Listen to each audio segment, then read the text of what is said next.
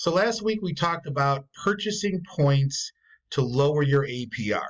It's a good deal in the long run usually, but you do need a lot of money up front. And let's not forget, you still also need money for all those closing costs that we talked about. Now here's the deal. A lot of people that go to buy their first house don't have a lot of money in their savings account and they can't afford the closing costs. Well, the bank offers something called negative points to try to get rid of those points. But it is going to cost you something. That's what we're talking about today. Negative points. I'm Mr. Boyle. Are you ready?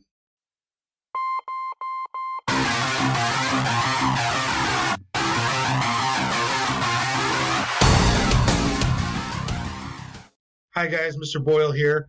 Let's get into the problem. Last week, we spoke about purchasing points to lower your APR. So basically how that works is you are giving the bank extra money up front so that they lower your APR. This in turn lowers your monthly payment, and in the long run, usually you wind up saving money. The problem with it is you need that money up front.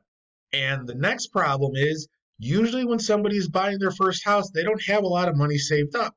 So what the bank will offer sometimes to you is they will offer to get rid of your closing costs, which is awesome. In this problem, the closing costs are $7,500.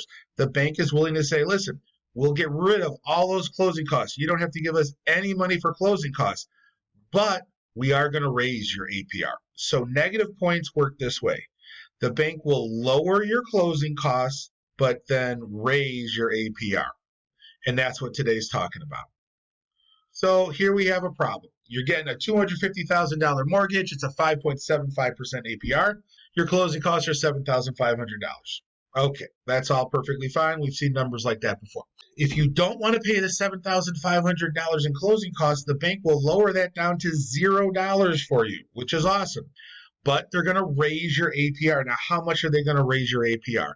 They are going to raise your APR by 0.2% for every reduction of 1% of your principal. So first of all, let's figure out what 1% of our principal is.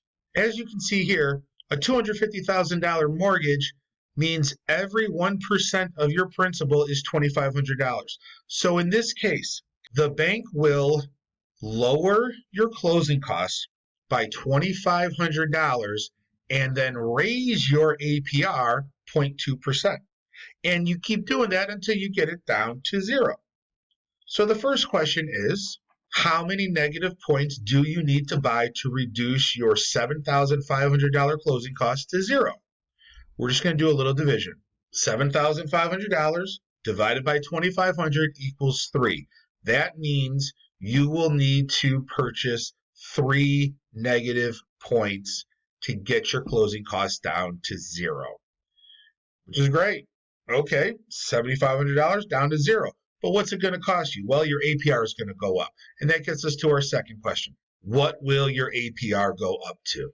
Right now, your APR is 5.75%, but you're going to purchase 3 negative points to get your closing costs down to $0. Every time you lower it by 1 point, you're going to go up in your APR by 0.2.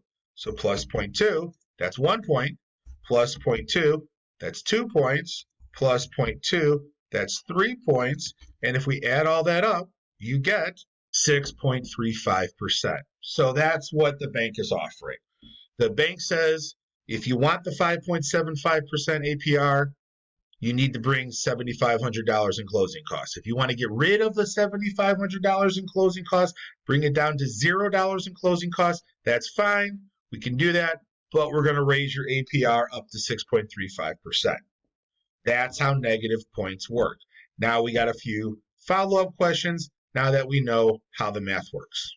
The first question is, if you don't purchase the negative points, if you just keep it the way it is, 5.75% APR, what's your monthly payment going to be? And you know what's coming, our monthly payment formula. And if you follow the monthly payment formula, remember you're raising the 360th power because this is a 30-year mortgage, and 30-year mortgage, there's 360 payments. Your monthly payment is going to be $1,458.93. The one thing I want to remind you guys is when you are typing all that on your calculator, don't forget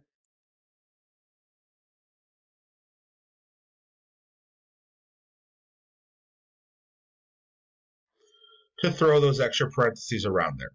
So if you don't purchase the negative points, you have to bring $7,500 with you in closing costs, write them that check, and then this will be your monthly payment, $1,458.93. The next question, how much will your monthly payment be if you do purchase the negative points? So what if you do say, you know what, I don't have the $7,500, I'm going to have to purchase the negative points. Okay, that's fine. You don't have to pay anything on closing day, but you will have a higher monthly payment. What will your monthly payment be? It will be $1,555.59. So you see it does go up. So they're not just giving you $7,500. They're going to say you don't have to pay us the $7,500 now, but your monthly payment is going to go up. Now the question is, how much does your monthly payment go up? And by the end of your loan, how much money are you actually going to wind up spending? So let's look at that right now. So let's compare the two monthly payments. How much more are you going to pay per month if you do purchase the negative points? That's just simple subtraction. Here's what you'll pay if you do purchase the negative points. Here's what you'll pay if you don't. And just a little bit of simple subtraction. You're going to have to pay an extra $96.66 every month if you purchase the negative points. Now, the final thing is really something you want to think about, and that is, let's spread this out over all 360 payments and figure out how much money extra am I going to pay in total just because I wanted zero closing costs. Now, for this, you're going to have to use multiplication. You're paying $96.66 extra every month, and this is a 30-year loan, which means you're going to make 360 payments. So we have to do $96.66 and then multiply by 360, which gets us an extra $34,797.60. So you do pay quite a bit of money for negative points. Now, what's the benefit? Well, the benefit is you didn't have to pay that $7,500 up front. The downside, of course, is when you actually do the math on this one, saving that $7,500 at the beginning is going to cost you almost $35,000 by the end. So it is going to cost you a lot of extra money. You can definitely see why banks would be fine with this. They know they're not going to get their extra money up front, but they're going to get a lot more by the back end of this loan. So that's how negative points works. You probably want to rewind, watch this video a couple times, and see how this is. It's a little bit more confusing than purchasing, let's call them positive points. But basically, it works like this. Once again, you're getting rid of your closing costs, but you're raising your APR. That's what I want you to always think about, okay?